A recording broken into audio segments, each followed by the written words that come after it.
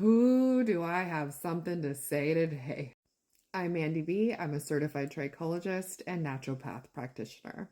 And I've been seeing a lot of this. I'm going to cover this baby's face, but I've been seeing a lot of this cover up ponytail on the kids. I'm not even going to fight in my comments about culture and everything. This is not a culture thing, this is a vanity thing. Putting fake hair and braiding babies' hair like this is causing damage to their hair follicle. You're creating traction alopecia, and you keep doing this to this baby, you're going to create scarring alopecia. That baby will never be able to get those hair follicles back.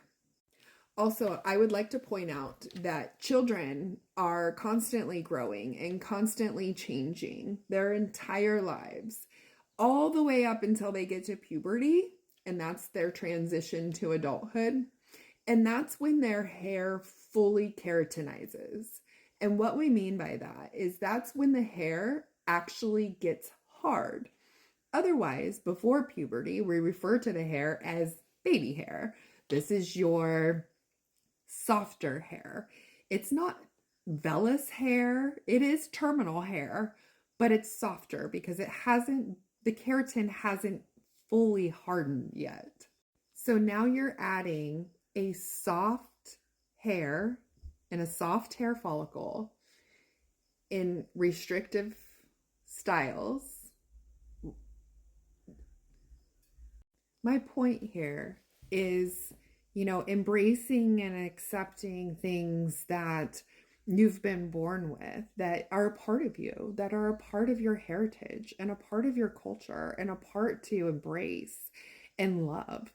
And I think we need to really move away from this Eurocentric beauty standard that these kids need to be wearing fancy hairstyles or really tight braids. I'm just not a fan. And don't get me wrong, they look freaking adorable. They do. They look so cute. But cute is not enough for me to accept this situation. Now, let me get out of the way because I haven't really fully showed this baby's head.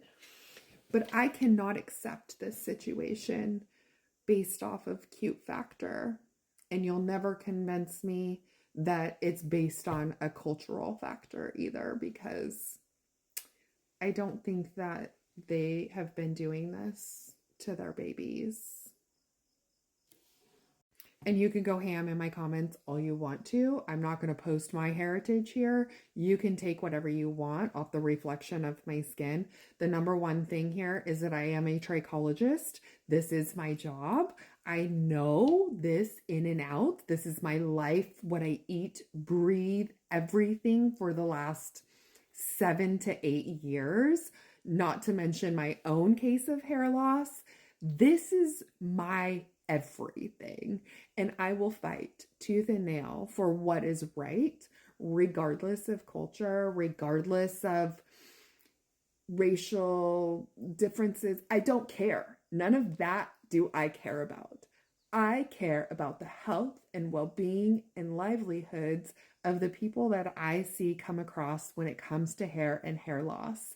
And this is not acceptable to me in any form. And I'm putting my foot down, and I will die on this hill. So there's nothing you can say in my comments, but please boost my algorithm. Okay.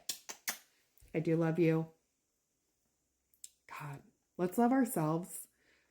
I'm learning too. I had a lot of trauma around my curly hair. A lot of trauma.